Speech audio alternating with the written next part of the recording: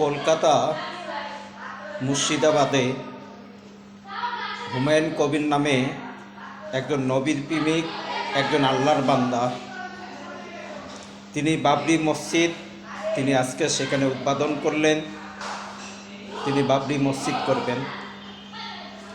আমি কলকাতা মুর্শিদাবাদের হুমায়ুন কবির ভাইকে আমি বলতে চাই, আমি বাংলাদেশ থেকে বাবরি মসজিদের জন্য আপনাদেরকে আমি 50,000 টাকা নগদ অর্থ আমি অবশ্যই আপনাদেরকে দিতে চাচ্ছি এবং দেওয়ার জন্য আমি প্রস্তুত আছি।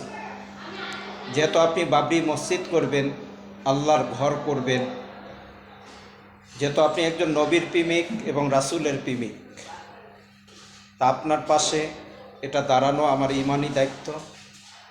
তো হুমায়ুন কবির ভাই যদি তিনি চান, এই যে আমার ভিডিওতে যে ছবিটা দেখছেন ওনার নাম হলো হুমায়ুন কবির ভাই, তিনি যদি চান অবশ্যই বাংলাদেশ থেকে বাবরি মসজিদের জন্য 50,000 টাকা নগদ অর্থ পুরস্কার দেব ইনশাআল্লাহ।